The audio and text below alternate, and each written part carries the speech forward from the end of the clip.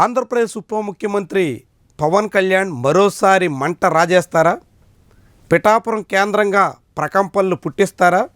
ఇప్పటికే ఆయన ఉప ముఖ్యమంత్రి హోదాలో 2 దఫాలు పిఠాపురంలో నిర్వహించినటువంటి సభల్లో సంచలనంగా మారిపోయారు. పెద్ద స్థాయిలో సెగ రాజేశారు. రాష్ట్ర ప్రభుత్వంలోనే ప్రకంపనలు పుట్టించారు. తొలిసారి గొల్లపురంలో జరిగినటువంటి సభలో ఆయన హోంమంత్రిత్వ శాఖ మీద గురిపెట్టారు. మంత్రి వంగలపూడి అనితతో పాటుగా డీజీపీ పనితీరును కూడా ఆయన ప్రశ్నించారు. రాష్ట్రంలో లా అండ్ ఆర్డర్ లేదంటూ కూడా నేరుగా చెప్పేశారు. ఇది చాలా తీవ్రమైనటువంటి చర్చగా ఆస్కారం ఇచ్చింది.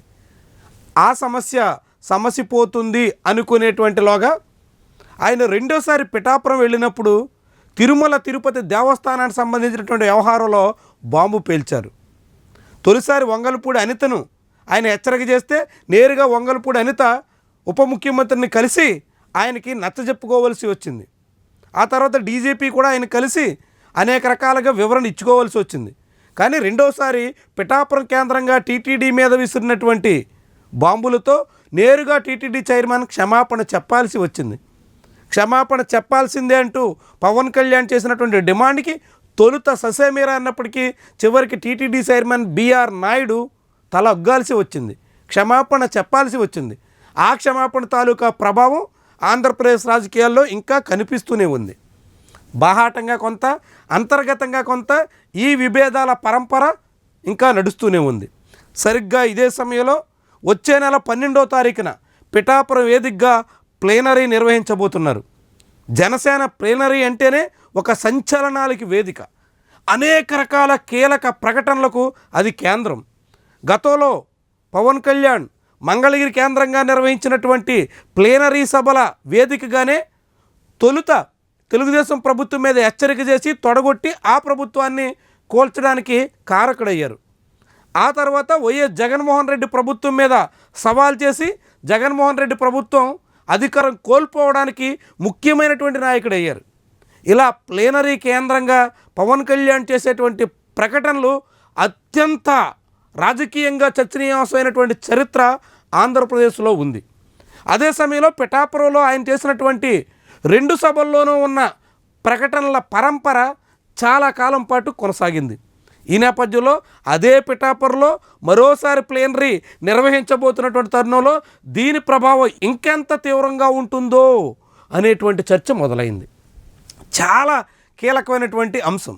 పవన్ కళ్యాణ్ ఇప్పటికే రాజకీయంగా ఊగిసలాటలో ఉన్నారు.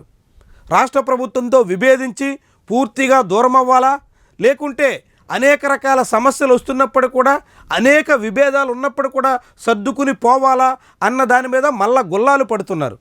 జనసేన పార్టీ వ్యవహారాల్లో అది స్పష్టంగా కనిపిస్తోంది.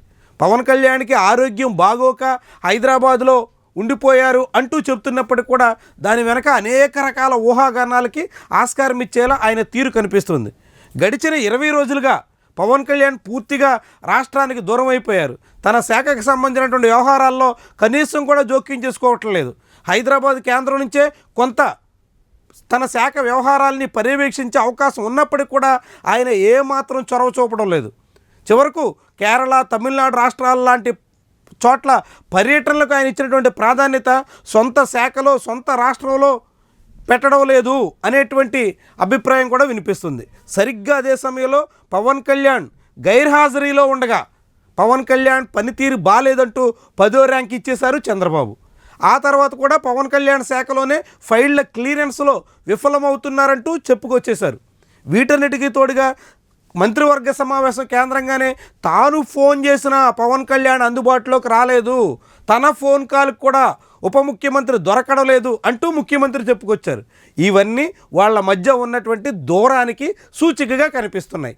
పైకి కలిసినప్పుడు ఆప్యాయంగా ఆలింగనం చేసుకోవడం, అంతా బాగున్నామనేటువంటి సంకేతం ఇచ్చేందుకు ప్రయత్నం చేయడం వంటివి జరుగుతున్నాయే తప్ప అంతర్గతంగా వారి మధ్య మాత్రం చాలా చాలా సమస్యలు ఉన్నాయి అనేదానికి ఈ వ్యవహారాలన్నీ సంకేతంగా ఉన్నాయి. ఈ నేపథ్యంలోనే పిఠాపురంలో ప్లేనరీ జరగబోతోంది. పిఠాపురం ప్లేనరీ అంటే అది ఇక డబల్ డోస్ ఉంటుందనేటువంటి అభిప్రాయం చాలామందిలో ఉంటుంది. దానికి తగ్గట్టుగానే వ్యవహారం ఉంటుందా అనేటువంటి చర్చ అయితే సాగుతుంది. ఇప్పటికే పవన్ కళ్యాణ్ కేంద్రంగా బీజేపీ రాజకీయాలకు శ్రీకారం చుట్టింది. ఆంధ్రప్రదేశ్తో పాటుగా మొత్తం దక్షిణాది రాష్ట్రాల్లోనే బలపడేందుకు తగ్గట్టుగా పవన్ కళ్యాణ్ని ఉపయోగించుకోబోతోంది అనేటువంటి అభిప్రాయం బలంగా ఉంది. దానికి తగ్గట్టుగానే పవన్ కళ్యాణ్ తీరు కూడా ఉంది.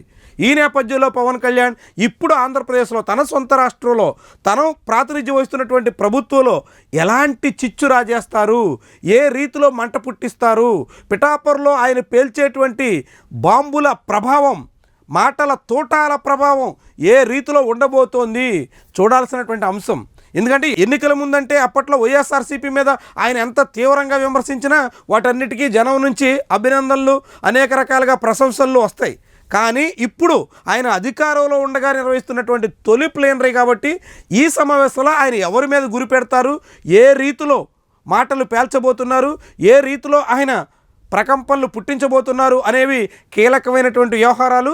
దాని ప్రభావం ఆంధ్రప్రదేశ్ రాజకీయాల్లో ఏ మేరకు ఉంటుందని చూడాల్సి ఉంటుంది. ముఖ్యంగా జనసేన తన పయనాన్ని, ప్రస్థానాన్ని, ప్రభావాన్ని ఏ రీతిలో ఉంటుందో చూపించడానికి పిఠాపురం వేదికగా ఉపయోగపడుతుంది. కాబట్టి ఆ ప్లేనరీ కేంద్రంగా ఆయన చేయబోయేటువంటి, ముఖ్యంగా పవన్ కళ్యాణ్ చేసేటువంటి ప్రకటనలు అనేక రకాలుగా ఆంధ్రప్రదేశ్ రాజకీయాలను ప్రభావితం చేసే అంశంగా ఉండబోతున్నాయి. అది ఏ రీతిలో ఉంటుందో చూద్దాం.